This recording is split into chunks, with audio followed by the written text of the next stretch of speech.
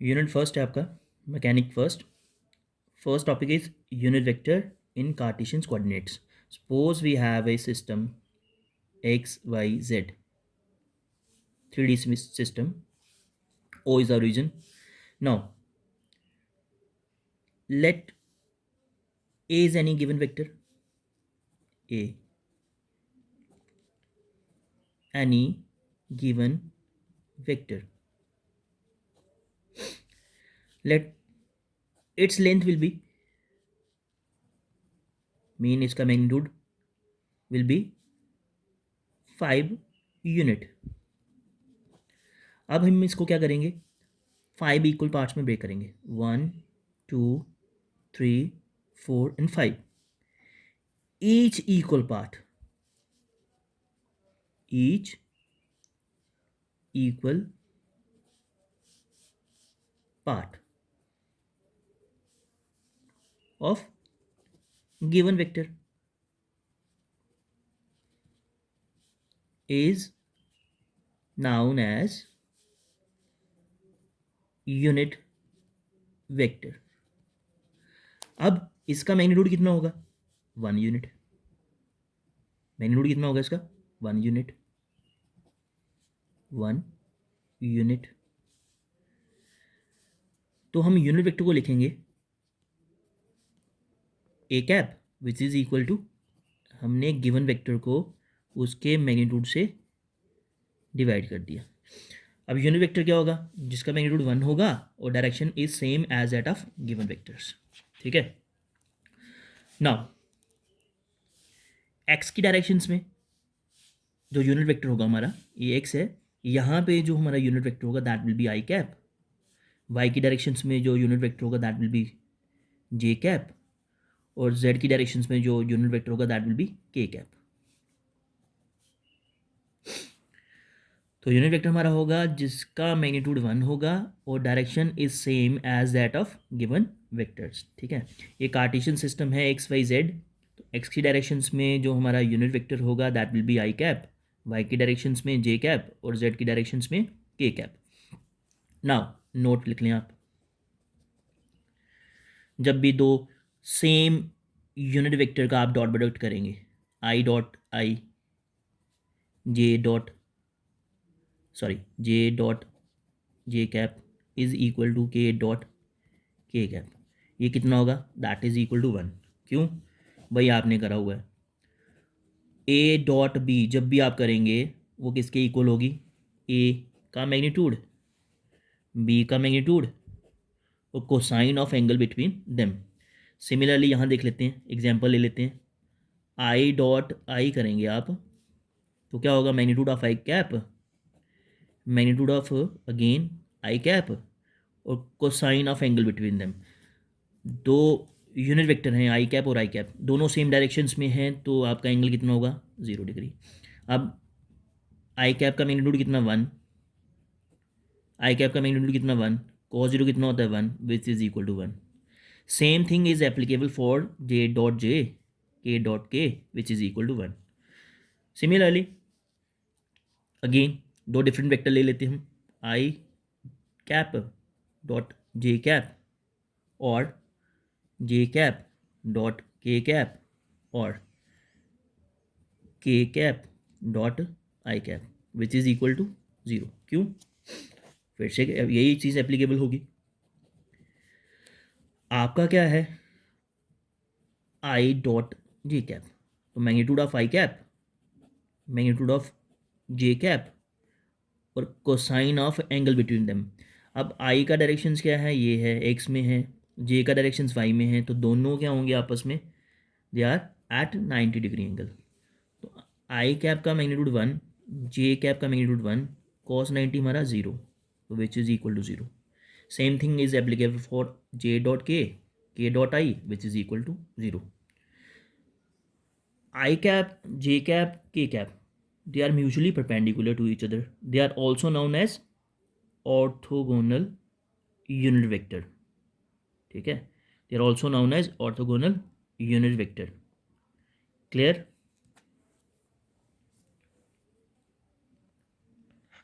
Next हमारा topic है positions vector in Cartesians coordinates. Suppose we have a Cartesians coordinate system X Y Z. O is a region. ठीक है. Let P is any point in space. P is any point in space which is the positions of any object. Any object. Now when we join O and P, so OP is known as positions vector. It tells us two things: positions of object with respect to origin as well as directions. तो OP हमारा क्या है? Position vector. It tells us two things: positions of object with respect to origin first, second direction with respect to origin. X की directions में है, Y की directions में, या फिर जेड की डायरेक्शंस में है, या फिर स्पेस में. ठीक है. तो पोजीशंस वेक्टर आपको reminds positions of object with respect to origins, directions with respect to origins.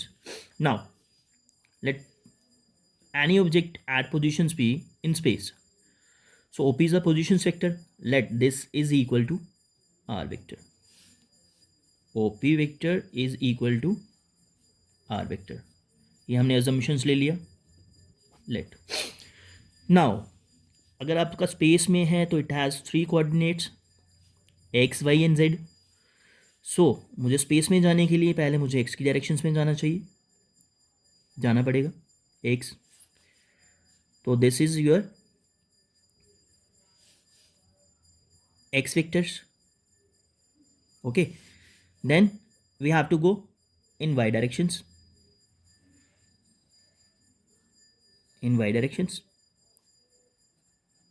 Then finally we have to go in z directions. So this is your dx vector, this is your dy vector, and this is your dz vector. So finally we have r is equal to r vector is equal to dx vector dy vector plus dz vector. Now you know that I की directions में आपके unit vector क्या होंगे, I cap, which is equal to आप क्या करेंगे, D X vectors को divide करेंगे उसके मैग्नीट्यूड से. It means you can write D X vector is equal to D X I cap. Similarly you can write dy vector is equal to dy j cap. Finally we have dz vector is equal to dz k cap. So we have these equations: dx I cap, dy j cap, dz k cap. We add these vectors by Polygon law. By Polygon law of vector additions. It says कि जो vectors आपके orders में होंगे, जैसे हमारा ये वाला vector है dx, फिर dy, देन dz, इन तीनों को हम ऐड कर सकते हैं which is equal to the resultant which is in opposite order. देखिए आप, ये वाला वेक्टर और ये वाला वेक्टर ऑर्डर में है तो इन सबको हम ऐड कर सकते हैं. ये वाला अपोजिट ऑर्डर में है तो ये जो होगा इन तीनों के सम के इक्वल होगा. तो this is your positions vector. Now its magnitude is given by its magnitude is given by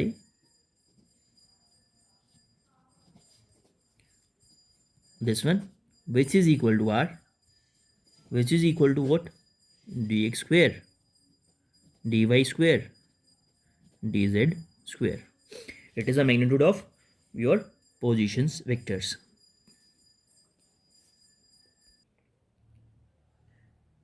now note कर लेंगे आप, if positions vector change with time, मतलब पी जो है आपका पोजिशंस ऑफ ऑब्जेक्ट है, it will change with time, then it means आपका object क्या है, मोशंस में है। अगर ऑब्जेक्ट आपका क्या है, पोजीशन चेंज कर रहा है अपना विद रिस्पेक्ट टू टाइम, तो इट मीन्स ऑब्जेक्ट कैसे है, मोशंस में है। If P positions do not change with time then object is at rest. ठीक है, तो लिख लेते हैं conditions. If position vector change with respect to time, then object is in motion.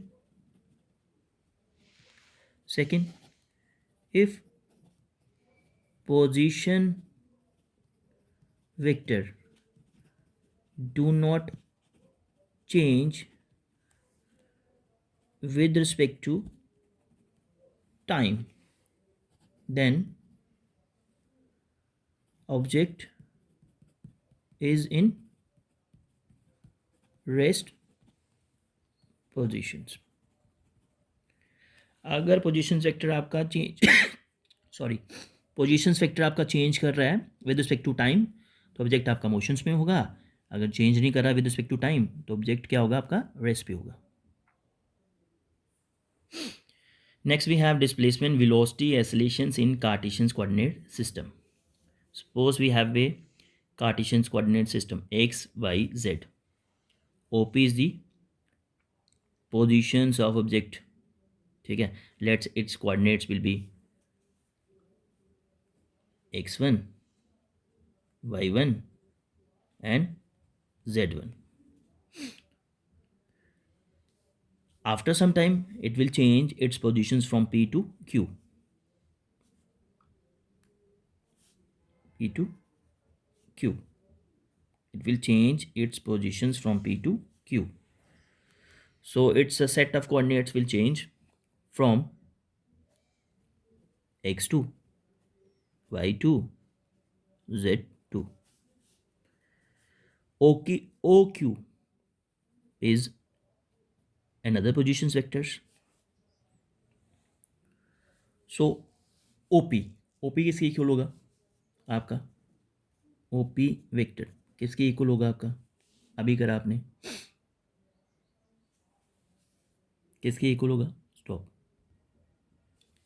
OP vector हमारा होगा x1 i cap, x2 sorry y1 j cap plus z1 k cap. Similarly we have OQ, वो किसकी equal होगा, x2 i cap, y2 j cap plus z2 k cap.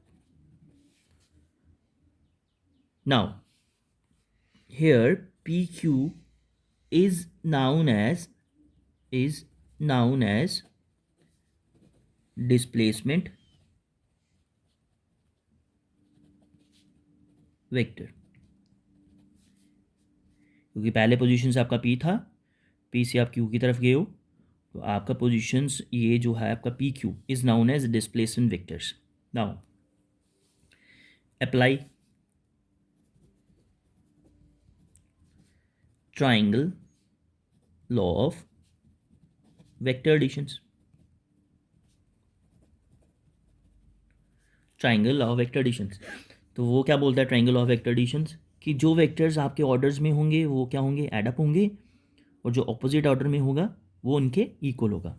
अब देखो ये OP PQ ये order में है, ठीक है, क्योंकि इसका हेड, ये वेक्टर्स का इसको हम बोलते हैं हेड और ये बोलते हैं इसको टेल। तो जब भी किन्हीं दो वेक्टर्स का आपका हेड और दूसरा ये वेक्टर 1 है, ए वेक्टर लिख लेते हैं, इसको लिख लेते हैं V वेक्टर्स। तो ए वेक्टर का हेड है और बी वेक्टर का टेल, तो आप इसको कंबाइन कर सकते हैं A प्लस बी। अगर आपका क्या होगा, ए वेक्टर का बी हेड होगा, बी वेक्टर का भी हेड होगा, तो आप इनको कभी भी ऐसा नहीं लिख सकते, रॉन्ग। तो जब भी कभी भी आपका क्या होगा, एक वेक्टर का हेड है दूसरे वेक्टर का टेल है, तो उसको आप कंबाइन कर सकते हैं। देखें आप यहाँ पे ओ पी वेक्टर और पी क्यू वेक्टर्स, इसका हेड है इसका टेल है, तो इट मीन्स आपका क्या होगा, O P vector plus P Q vector, और देखिए ओ क्यू, ये ऑपोजिट ऑर्डर में है, which is equal to O Q vector. O P vector plus P Q किसके इक्वल आया, O Q vectors. This is triangle of vector additions. Now we have to find out P Q, किसके equal होगा, O Q vector minus O P vectors. तो this is your displacement vector, P Q is the displacement vector. अब एक O Q का value पता है आपको, X two I cap, Y two J cap, Z two K cap, minus O P vectors, X one I cap, Y one J cap, Z one K cap. Now you can subtract.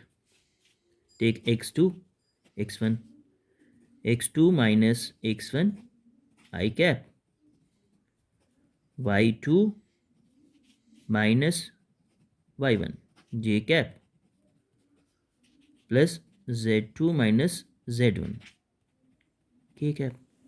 This is your displacement vectors. Now we can write it as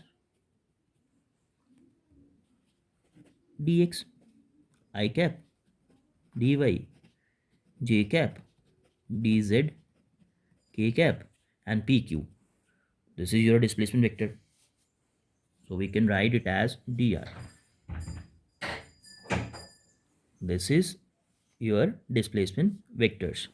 dr is equal to, इसको हमने लिख लिया dr cap, dr vector which is equal to dxi dy j cap plus dz k cap, where dx आपका किसकी equal है, x2 minus x1, dy किसकी equal है, y2 minus y1, dz किसकी इक्वल है, z2 minus z1. Now its magnitude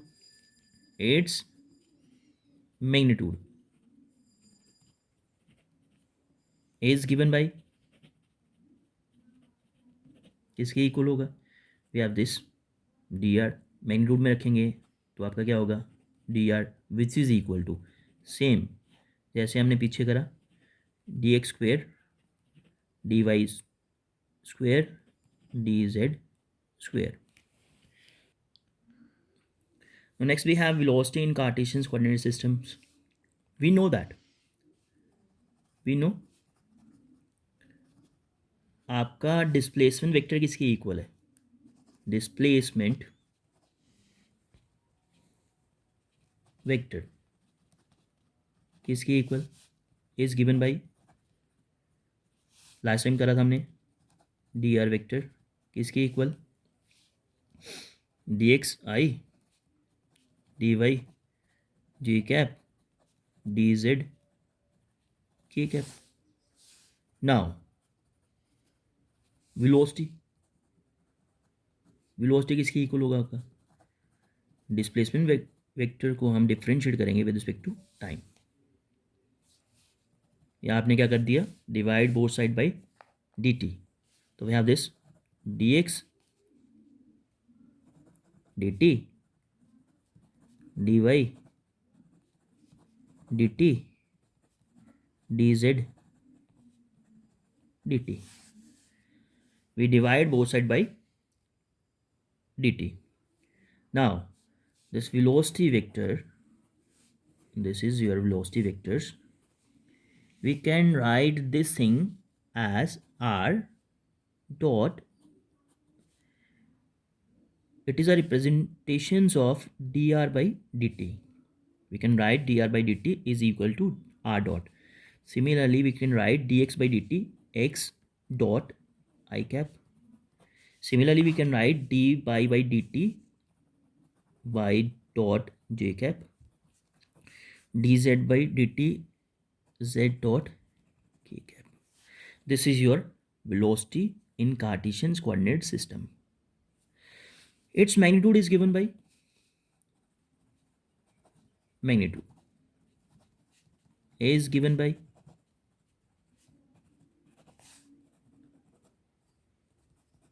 magnitude is equal to V, velocity is equal to r dot is equal to under root what, x dot square y dot square plus z dot square unit.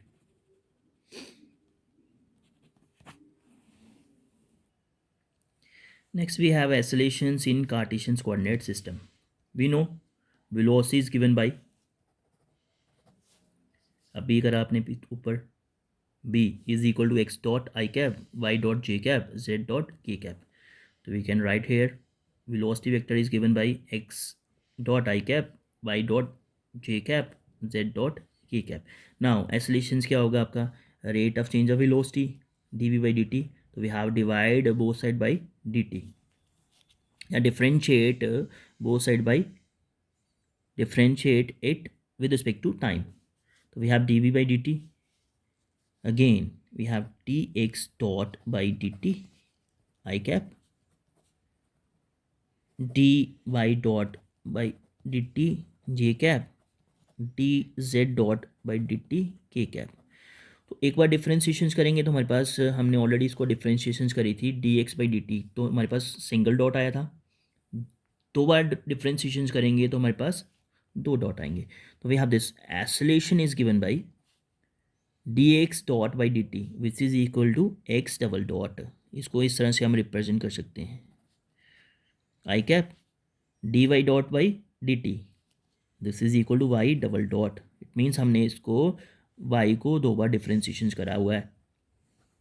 J cap D Z dot by D T Z double dot. This is your oscillation in Cartesian coordinate system. Now its magnitude is given by, now its magnitude is given by, क्या होगा आपका, magnitude में रखेंगे इसको, हमारे पास magnitude आ जाएगा which is equal to X double dot square Y double dot square plus Z double dot square.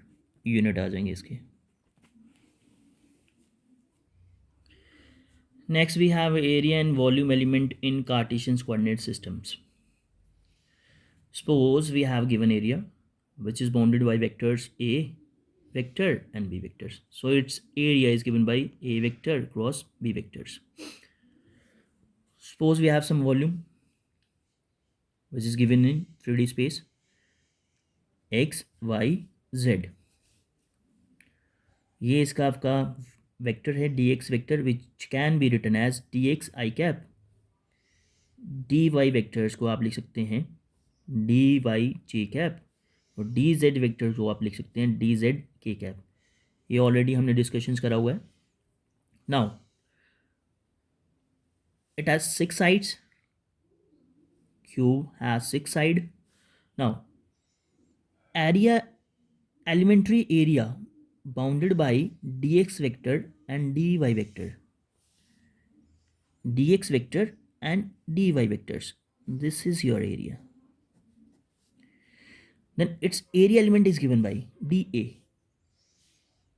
dA, this is your dA vectors which is equal to dx vector cross dy vectors. We can write it as dx I cap cross dy j cap which is equal to dx dy I cap cross j cap. And you people know that dx dy I cross j is equal to k cap dA vectors. We can write it as dA z क्योंकि आपका directions किस directions में जा रहा है, के cap की directions में जा रहा है, विच शोज कि आपका जो रिजल्टेंट एरिया वेक्टर है it goes towards z directions dx dy K cap. Similarly dA X किसके इक्वल होगा, डी ए एक्स वेक्टर किसके इक्वल होगा, X Y D Y D Z, और I cap D A Y वो किसके equal होगा, D Z D X और J cap. This is your area elements. आपका क्या होता है कि आपका this is your area, this is your given area, area in magnitude A, its vector is always perpendicular to its surface, normal to its surface। Area का जो area vector होगा that is always normal to its given area. That's why we have D A Z is equal to D X D Y K cap, D A X D Y D Z I cap, D A Y is equal to dy dz dx j cap। Next we have volume element in Cartesian coordinate system. Suppose we have a volume in 3D space x y z, its vector is given by dx I cap dy j cap, and in z directions it is dz k cap. Now volume bounded by vectors a vector b vector and c vector is given by this formula a cross b dot c. Now here if we consider a pallopide bounded by dxi cap dy j cap dz k cap, then its volume will be given by, and its volume is given by dv is equal to, apply this formula, dx I cap cross dy j cap dot dz k cap. We will apply this formula. Now finally we have dx dy dz I cap cross j cap dot k cap, which is equal to dv dx dy dz I cross j is equal to k cap dot k cap, k dot k is equal to 1, so dv is equal to dx dy dz, then we have unit. Thanks.